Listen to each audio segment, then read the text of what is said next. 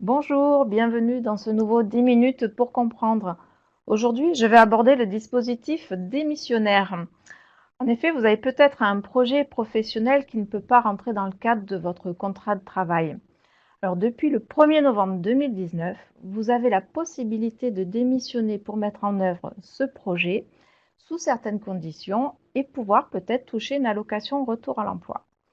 Je vais donc aujourd'hui aborder ce qu'est le dispositif démissionnaire et ses 4 étapes, comment faire une demande en ligne de l'attestation de caractère réel et sérieux de votre projet, la décision de la commission paritaire interprofessionnelle régionale et enfin le rôle de Pôle emploi. Tout d'abord, qu'est-ce que le dispositif démissionnaire? Alors, il est issu de la loi du 5 septembre 2018 pour la liberté de choisir son avenir professionnel. Il vous offre la possibilité, donc comme je disais, de démissionner afin de mettre en œuvre votre projet et de percevoir l'allocation retour à l'emploi. Au préalable, la loi vous oblige à prendre rendez-vous avec un conseiller en évolution professionnelle afin de bien construire votre projet. Ce projet peut s'inscrire dans une démarche de reconversion avec un besoin de formation ou bien dans un projet de création ou reprise d'entreprise avec ou sans un besoin de formation.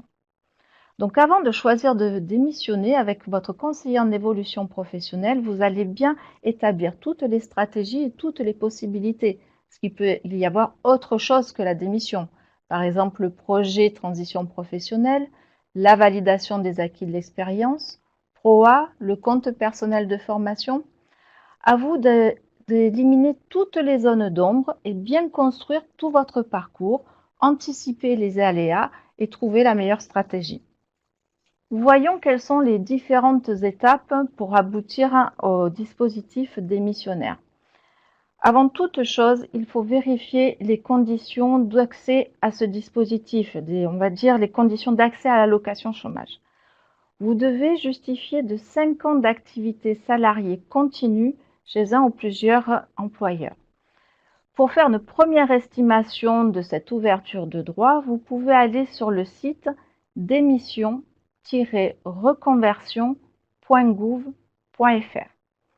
La deuxième étape sera de prendre rendez-vous avec un conseiller en évolution professionnelle et, comme je l'ai dit tout à l'heure, de mettre en place toute la construction de votre projet, quel qu'il soit, reconversion ou création d'entreprise. La troisième étape va être de demander aux transitions pro une attestation de caractère réel et sérieux.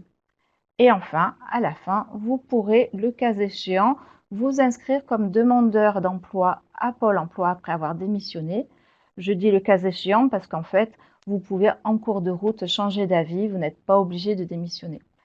Je vais donc maintenant vous parler de la troisième étape, l'attestation de caractère réel et sérieux auprès de Transition Pro, puisque nous sommes là pour vous.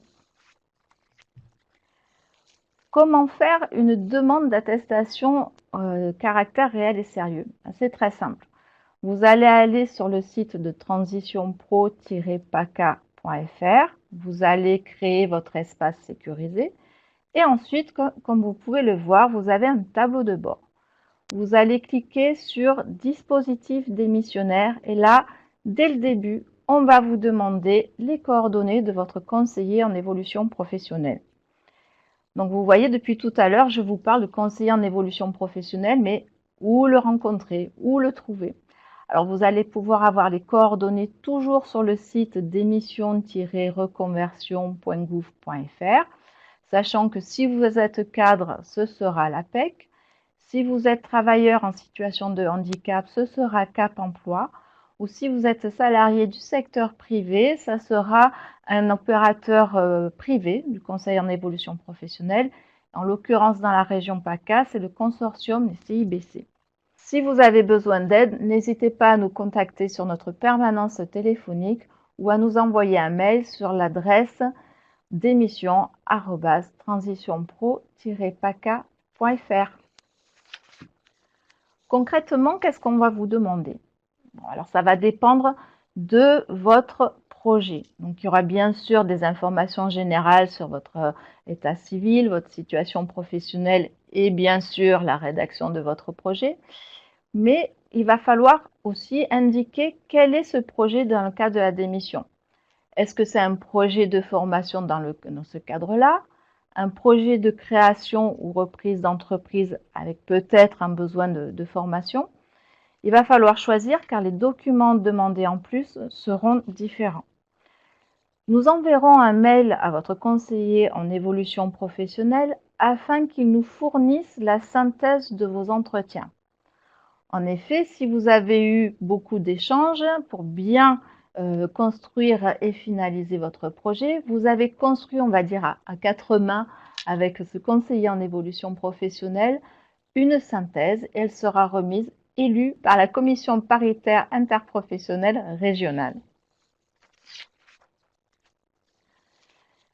Je vous propose un petit focus sur ceux qui souhaitent démissionner pour se reconvertir et ayant besoin d'une formation. Alors, pour accéder à ce nouveau métier, besoin d'une formation, attention, il ne faut pas que vous démissionnez après avoir commencé cette formation.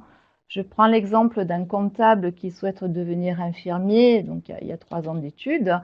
Si vous avez bénéficié d'un dispositif projet de transition professionnelle pour financer la première année d'infirmier, vous ne pourrez pas ensuite démissionner dans le cadre de ce dispositif pour bénéficier des ARE sur les années suivantes, car Pôle emploi estimera que vous avez déjà engagé votre reconversion en ayant entamé la première année d'infirmier. Donc, vous allez nous expliquer dans votre projet quel est votre choix de formation, votre choix d'organisme et vous devrez joindre le programme, le devis et le planning de formation. Dans le cadre de la démission, création ou reprise d'entreprise, là, il va falloir apporter des éléments financiers pour prouver la faisabilité de cette nouvelle aventure. Donc, business plan, plan de trésorerie, prévisionnel sur 3 ans. Il faut montrer à la commission que vous ne partez pas à l'aveuglette. Je vais vous donner un exemple. Nous avons eu Christelle, qui était auparavant pendant 25 ans dans le domaine de la pharmacie et qui a choisi de faire une nouvelle vie à la montagne en ouvrant une conciergerie. En fait, cette conciergerie a pour but de mettre en relation des propriétaires dans la zone de Vars et les alentours avec des locataires ou des tour opérateurs, des comités d'entreprise, etc. Donc ce projet, elle l'a travaillé pendant 3 ans en amont. Elle a montré à la commission tout ce qu'elle pouvait faire, mettre en avant au niveau financier, au niveau connaissance de la zone géographique, de la concurrence, etc. Nous avons pris des nouvelles de Christelle, mais aujourd'hui, tout va très bien. Comme elle est très active sur les réseaux et qu'elle connaît beaucoup de monde dans la région, elle a bien développé son activité. Là, depuis le mois de juin, ça cartonne et ça cartonne tellement bien qu'elle va aussi se lancer en tant qu'agent immobilier et va faire une formation à ce titre. Et de plus, va lancer un service d'aide à la personne pour les personnes âgées autour de Guillestre. Donc vous voyez, c'est quelque chose de super positif, mais ça a été très très bien travaillé en amont et consolidé grâce au conseil en évolution professionnelle. Que va faire la commission paritaire interprofessionnelle régionale avec tout ça?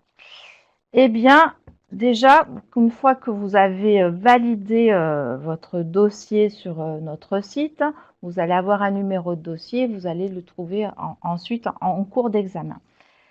Pour rappel, la commission a 2 mois pour instruire et étudier votre projet. Par exemple, là, si vous faites une demande validée le 15 septembre, eh bien, la commission pourra jusqu'au 15 novembre donner son avis. Donc, tous les mois, les commissaires se réunissent, regardent tout ce que vous avez fourni, étudient tout. Et ils doivent être en mesure de cerner tous les éléments de votre projet. Il existe des critères d'évaluation, ceux-ci sont définis par la loi. Alors, en ce qui concerne les projets de démission avec une formation, les critères, ce sera la cohérence de votre projet de reconversion, vos connaissances des caractéristiques du métier visé, la pertinence de la formation choisie et des modalités de financement possibles, et la connaissance des perspectives d'emploi à l'issue de la formation. Si vous souhaitez créer ou reprendre une entreprise, seront regardées toujours la cohérence de votre projet, votre connaissance des caractéristiques et perspectives d'activité de votre future entreprise, la pertinence des besoins de financement et de ressources financières de celle-ci, ainsi que votre connaissance des moyens techniques et humains nécessaires pour le bon déroulement. Que se passe-t-il après? Eh bien, la commission va prendre une décision et vous aurez une notification de décision mise à disposition dans votre espace. Alors, si c'est accepté, vous avez une attestation du caractère réel et sérieux de votre demande. C'est le terme juridique, on va dire, associé à ce dispositif. À ce moment-là, vous aurez 6 mois pour démissionner et vous inscrire à Pôle emploi. C'est la raison pour laquelle on vous conseille de ne pas démissionner avant d'avoir engagé les démarches auprès de nous. Parce que j'ai dit, si c'est accepté, en effet, et parfois ça peut être refusé. Ce n'est pas tout votre projet qui est remis en cause. C'est la commission qui a peut-être cerné des éléments un peu flous, qui peut avoir des doutes sur la faisabilité ou estimer qu'il y a un risque pour vous. Donc dans ce cas-là, vous avez la possibilité soit de faire un recours, soit de refaire une demande, mais au préalable, reprenez rendez-vous avec votre conseiller en évolution professionnelle afin d'enlever toutes ces zones d'ombre, retravailler le projet et apporter un plus à votre argumentaire. À titre d'exemple, depuis novembre 2019, Transition Pro PACA a accepté 530 dossiers démissionnaires. Parmi eux, 365 sont pour la création d'entreprises. Comme je vous ai dit, après, vous avez votre attestation de caractère réel et sérieux. Vous avez 6 mois pour démissionner. Vous vous inscrivez à Pôle emploi et là, votre conseiller Pôle emploi va tout reprendre. C'est en effet Pôle emploi qui va vérifier votre condition d'ouverture à l'allocation de retour à l'emploi. C'est le Pôle emploi aussi qui va voir s'ils acceptent ou pas que vous rentriez dans ce dispositif. Vous devrez apporter des preuves concrètes de vos démarches engagées, par exemple par rapport à la formation, votre inscription en formation, si c'est dans la reconversion par rapport à une création d'entreprise, eh bien le fait que vous allez créer les Trécabis, etc. Et il est possible par contre que par rapport à votre formation, Pôle emploi ne puisse pas vous la financer. Donc renseignez-vous bien en amont. En effet, on a le cas d'une vendeuse qui souhaite devenir gestionnaire de paye et malheureusement, elle ne rentre pas dans les publics prioritaires au niveau de Pôle emploi. Donc, Pôle emploi ne lui finance pas cette formation. Elle avait utilisé son compte personnel formation pour financer un bilan. Donc, aujourd'hui, elle se trouve un petit peu coincée pour financer cette formation de gestionnaire de paye. Tout semble bientôt se débloquer, mais renseignez-vous bien en amont. Alors, ce n'est pas un refus catégorique, hein, c'est juste un décalage dans le temps de votre projet. Si Pôle emploi estime que vous ne pouvez pas bénéficier de l'allocation retour à l'emploi, eh bien, vous pouvez retrouver un emploi, on va dire, alimentaire. Pour rappel, au bout de 3 mois, vous pourriez percevoir une allocation. J'insiste bien, ce n'est pas votre projet qui est mis au panier, pas du tout. C'est juste vraiment un décalage dans le temps. Vous avez aussi la possibilité de déposer un recours auprès de la commission régionale de Pôle emploi après 4 mois de recherche active d'emploi. Cette commission va étudier votre situation et décidera de la suite à donner. Alors donc, comme vous en êtes rendu compte, j'ai parlé tout le long du projet. Vous êtes au centre de tout. Vous êtes au centre d'un enchaînement d'acteurs qui vont être autour de vous et qui vont s'assurer quand même de ne pas vous mettre en péril. Vous avez votre conseiller en évolution professionnelle, vous avez la commission de transition pro et vous avez votre conseiller Pôle emploi. Donc, avant de vous lancer, pesez bien le pour, le contre, réfléchissez et rassurez-vous, tout le monde est là pour vous aider, pour vous accompagner On ne vous laisse pas tout seul dans la nature. Et comme vous l'avez vu, il y a de belles réussites, comme je l'ai cité tout à l'heure pour Christelle. Voilà pour un premier débrief sur le dispositif démissionnaire. Je vous invite à nous suivre sur les réseaux comme d'habitude et à regarder l'ensemble de nos vidéos, les partager, les commenter et les voir et les revoir. À très bientôt.